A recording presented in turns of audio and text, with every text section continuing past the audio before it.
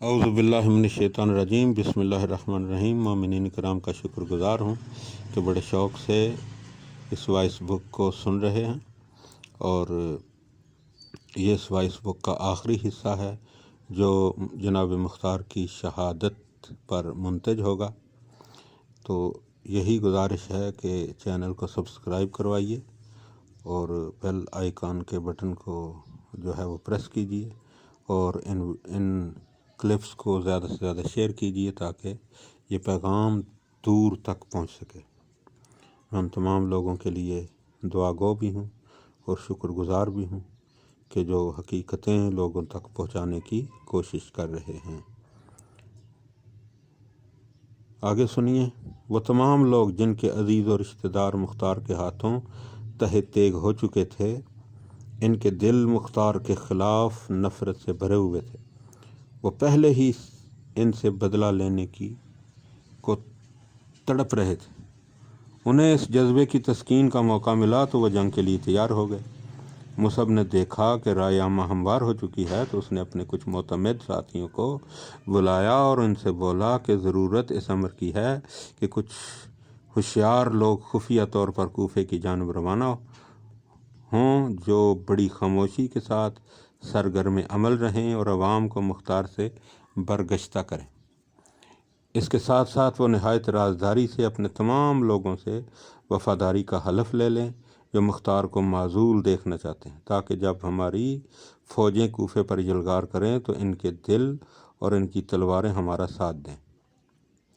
اس تجویز پر بھی عمل ہوا اور جلد ہی عبد الرحمن بن مخنف ازدی کی سرکردگی میں بہت ایسے لوگ کوفہ روانہ کر دیے جنہوں نے مختار کے اپنے دارالحکومت میں چھپے ہوئے دشمنوں کی تعداد بڑھانی شروع کر دی۔ ایسے بنو امیہ جو مختار کی تلوار سے بچ گئے تھے کیونکہ وہ قتل حسین میں ملوث نہیں تھے، مختار کے خلاف صف آرا ہونے کے لیے پہلے سے تیار تھے، اس لیے انہیں ہم خیال بنانا کچھ مشکل نہیں تھا۔ ضروری تیاریوں کے بعد مصعب نے ایک عظیم الشان لشکر جمع کر کے کوفے کی جانب پیش قدمی شروع کر دی۔ مختار سے بھی ان تیاریوں کی خبر پوشیدہ نہیں تھی۔ انہوں نے بھی 30,000 کا لشکر ترتیب دیا جس کی قیادت احمر بن شمیت کے ہاتھ میں تھی۔ مقام مزار پر دونوں لشکروں میں شدید مڈ بھیڑ ہوئی۔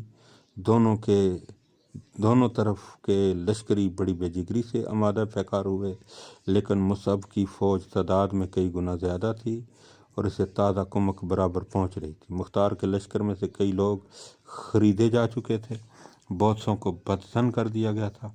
احمر بن شمیت اور عبداللہ ابن کامل نے حق المقدور کوشش کی، لیکن جنگ کا پانسا اپنے حق میں نہیں پلٹ سکے اور یکے بعد دیگرے شہید ہو گئے۔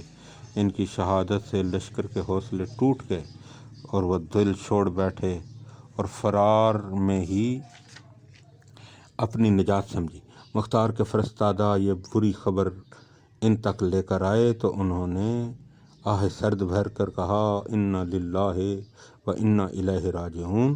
بے شک عبداللہ اور احمر نے وفاداری کا حق ادا کر دیا اور یقیناً بارگاہ رب العزت میں اجر و ثواب کے سزاوار ہوں گے۔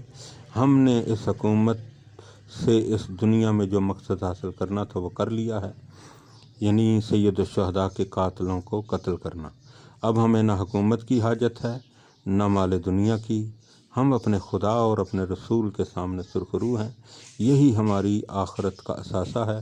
ہم خود لشکر کی قیادت کریں گے۔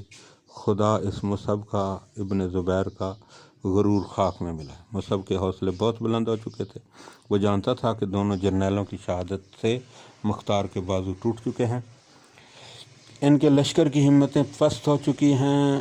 اس نے مختار کو ایک سخت خط لکھا اور ایک تیز گام قاصد کے ہاتھ اس کی طرف روانہ کر دیا۔ مختار نے نفس مضمون پر نگاہ ڈالی، ان کے چہرے کی رنگت بدلی۔ انہوں نے تیز نگاہوں سے قاصد کی طرف دیکھا اور درستی سے بولے، تمہارا امیر مصعب ارد گرد کے سارے اجتماعات لے کر ہمارے خلاف اس لیے آ رہا ہے کہ ہم نواسۂ رسول کے خون کا بدلہ لے رہے ہیں۔ ہمیں چاروں طرف سے گھیر کر یہ سمجھتا ہے کہ وہ ہمیں اپنے بھائی عبداللہ ابن زبیر کی بیعت کرنے پر مجبور کر دے گا۔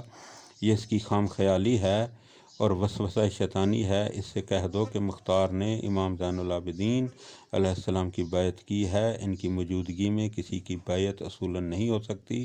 وہی امام وقت ہیں، ان کی بیعت عبداللہ ابن زبیر، مصعب ابن زبیر اور ہر مسلمان پر واجب ہے۔ اپنے امیر سے کہہ دینا کہ وہ اہل بیت رسالت کا حق پہچانے اور سرکشی سے روگردانی اختیار کرے۔ خوب سمجھ لے کہ مختار کبھی کسی کی بیعت نہیں کرے گا۔ مصعب کے لیے یہ تہدیدی جواب تازیانہ ثابت ہوا اور اس نے کوفہ کی جانب یلغار کا حکم دے دیا۔ مختار کو اطلاع ہوئی تو وہ عبداللہ ابن ثعلبہ انصاری کو کوفہ میں چھوڑ کر بصرہ کے راستے مقام حرا پر آ پہنچے۔ دوسری جانب مصعب کے لشکر میں بھی جنگ کی تیاریاں عروج پر تھیں، نہایت تیزی کے ساتھ پیش قدمی کر رہے تھے، یہاں تک کہ دونوں لشکر آمنے سامنے ہوئے۔ مختار نے صف بندی کی، جوش و جذبے سے اپنے مجاہدوں کو اس طرح مخاطب کیا کہ ان کے سچے لفظ براہ راست دلوں پر اثر کرنے اور روحوں کو جھنجھوڑنے لگے۔ اے میرے بہادرو، میدان جنگ میں اپنے خون سے تاریخ رقم کرنا مردوں کا شیوا ہے۔ تمہاری نگاہوں میں فرزند رسول امام حسین علیہ السلام کا اسوہ ہے، انہی کے نقش قدم پر چلتے ہوئے عزت کی موت کی طرف پیش قدمی کرو۔ تمہارے لیے دونوں طرف سے اجر اور منفعت ہے، اگر شہید ہو گئے تو حیات ابدی کا پیغام ہے، اور اگر کامیاب رہے تو ہمارا اقتدار ہمارے ہاتھوں میں ہوگا۔ ہم اہل بیت رسول کے حقوق کی بازیابی میں پہلے سے زیادہ سرگرم ہوں گے۔ اہل لشکر کی رگوں میں جیسے بجلی کی لہر دوڑ گئی۔ ان کے نعروں اور تائیدی آوازوں میں مختار کا جوش و جذبہ منعکس ہونے لگا۔ دونوں لشکر آمنے سامنے ہوئے، بڑھ چڑھ کر حملے کرنے لگے۔ اس قدر جدال و قتال ہوا کہ لاشوں اور زخمیوں کی کثرت کے سبب گھوڑوں کے لیے راستہ چلنا محال ہو گیا۔ لڑائی میں وقفے آتے رہے اور یہ جنگ آزمائی کئی روز پر محیط ہو گئی۔ مختار بے جگری سے لڑتے رہے، لیکن فوج کی پشت پناہی میں کمی آتی گئی۔ مصعب کو برابر تازہ قوت پہنچتی رہی۔ مختار کو پسپائی اختیار کرنی پڑی اور انہیں پیچھے ہٹتے ہٹتے حدود کوفہ میں داخل ہونا پڑا، جہاں وہ دارالامارہ میں قلعہ بند ہو گئے۔ مصعب ابن زبیر بھی اپنے لشکر کے ہمراہ کوفہ میں داخل ہوا اور اس نے سختی سے دارالامارہ کا محاصرہ کر لیا۔ اس نے اتنا زبردست پہرہ لگا دیا، کسی طرح کی آمد و رفت کا امکان باقی نہ رہا۔ کھانا پانی اور جملہ ضروریات زندگی کے راستے بند کر دیے گئے۔ دن پر دن گزرتے گئے، فاقوں، پریشانیوں، مایوسیوں میں اضافہ ہوتا رہا۔ مختار اس جستجو میں رہے کہ کسی طرح ابراہیم ابن مالک اشتر سے رابطہ ہو سکے، لیکن پہرہ سخت تھا۔ لوگ دشمن ایسا کوئی ذریعہ نہیں تھا جو پیغام رسانی کر سکے۔ ایک ایک کر کے محاصرے کو 40 یوم ہونے کو آئے۔ بھوک، پیاس، خوف دشمن سے زیادہ ہلاکت آفرین ثابت ہوئے۔ فاقوں کے سامنے مختار کے ساتھی بے بس ہونے لگے، ان کا صبر و ضبط گھٹنے لگا اور ہمتیں چھوٹتی چلی گئیں۔ ضعف و نکاہت اس حد تک بڑھی کہ بولنا بھی محال ہو گیا۔ مختار جیسے آزمودہ کار مجاہد کے لیے حالات کا ادراک کوئی مشکل نہیں تھا، انہیں سختیوں کا اندازہ ہو گیا۔ وہ آخری اقدام کے لیے تیاریاں کرنے لگے۔ انہوں نے اپنے اہل و عیال کو بلایا اور صبر و استقامت کے ساتھ بولے، حالات اس نہج پر پہنچ گئے ہیں کہ ضروری معلوم ہوتا ہے کہ میں تم لوگوں کو وصیت کروں۔ تم جانتے ہو کہ مجھے شہادت کی موت دنیا کی ہر شے سے زیادہ محبوب ہے۔ میرے بعد اگر تم زندہ رہے تو اس بات کا خیال رکھنا کہ امام زین العابدین علیہ السلام ہی تمہارے امام ہیں، وہی امام برحق ہیں۔ پس ان کی خدمت کو اپنا فریضہ جاننا، ہمیشہ تقویٰ کے راستے پر گامزن رہنا۔ جب کبھی مدینہ منورہ جانا تو میرے امام کو میرا سلام پہنچا دینا۔ میرے بیٹوں کو میری وصیت ہے کہ اگر ہو سکے تو موصل میں ابراہیم بن مالک اشتر کے پاس جانے کی کوشش کرنا اور ان کی نصرت کرتے ہوئے دشمنان آل محمد کو ان کے انجام تک پہنچاتے رہنا۔ کچھ جانگسل دن اور گزرے، حالات کی سختی بڑھی، وقت کچھ اور ظالم ہو گیا۔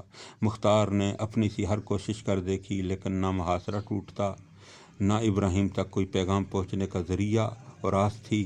انہوں نے اپنے جانثاروں کو بلایا، قبضہ شمشیر پر ہاتھ رکھ کر کھڑے ہوئے اور بھوک اور پیاس کے باوجود اپنے جذبوں کے سہارے گویا ہوئے، ہمیں اپنے امام امیر المومنین علی ابن ابی طالب علیہ السلام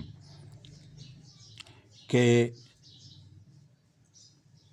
اس فرمان پر غور کرنا چاہیے کہ ہزار ضربتیں جو سر پر پڑیں، بستر خواب پر ایریاں رگڑ رگڑ کر مرنے سے بہتر ہے۔